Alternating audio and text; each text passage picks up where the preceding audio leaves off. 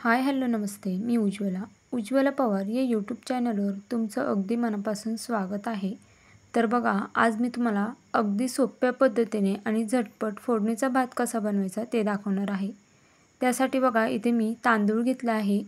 त्यामध्ये थोडीशी डाळ घातली आहे मुगाची.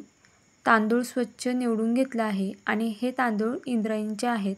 तुम्ही या बदली कोणतेही तांदूळ घेऊ शकता. आता हे साईडला ठेवून देऊया.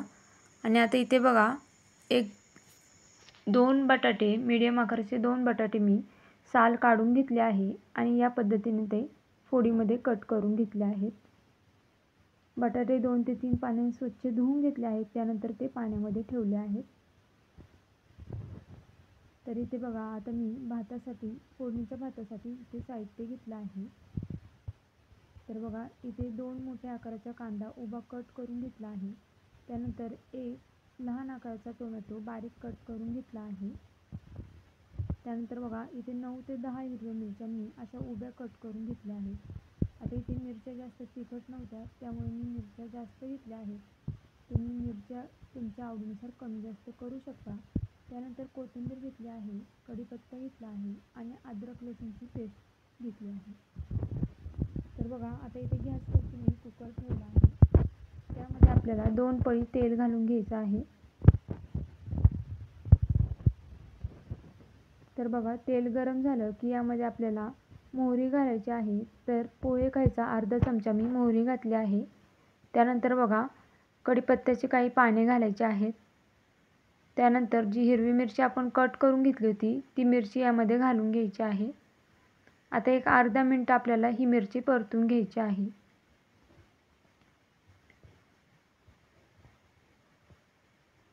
तर बघा, एक अर्धा मिनिट मी कढीपत्ता आणि मिरची परतून घेतली. त्यानंतर बघा, जो उभा कट करून घेतलेला कांदा होता तो देखील आपल्याला यामध्ये घालून घ्यायचा आहे.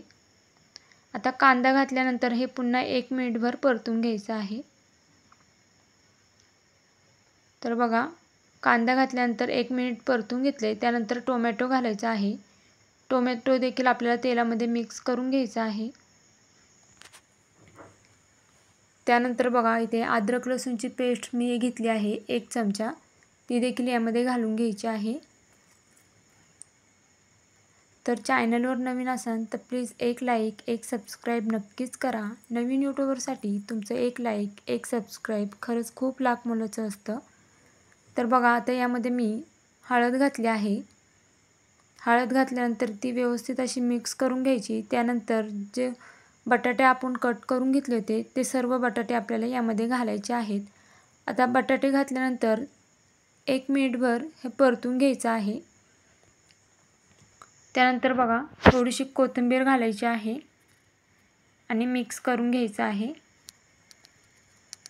त्यानंतर जे तांदूळ आपण घेतले होते, तांदूळ आणि मुगाची डाळ, ती मी 2 पाण्याने स्वच्छ धुवून घेतलं आणि ते सुद्धा आपल्याला या कुकरमध्ये घालून घ्यायचं आहे.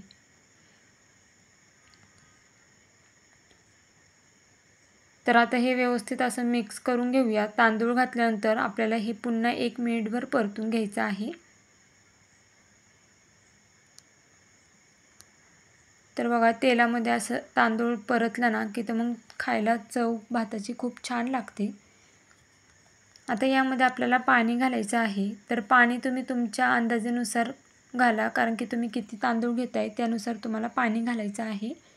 तर बघा, इथे मी 1.5 तांब्या पाणी घालत आहे. पाणी घातल्यानंतर हे व्यवस्थित असं मिक्स करून घ्यायचं. त्यानंतर बघा, चवीनुसार मीठ घालायचं आहे. आता मीठ घातल्यानंतर हे व्यवस्थित असं मिक्स करून घेऊया.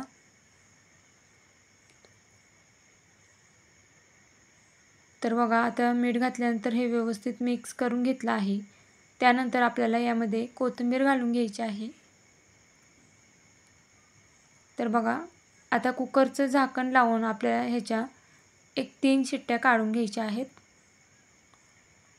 तर इथे पाहू शकता, मी कुकरच्या 3 शिट्ट्या काढून घेतल्या आहेत आणि आपला कुकर पूर्णपणे थंड झाला आहे.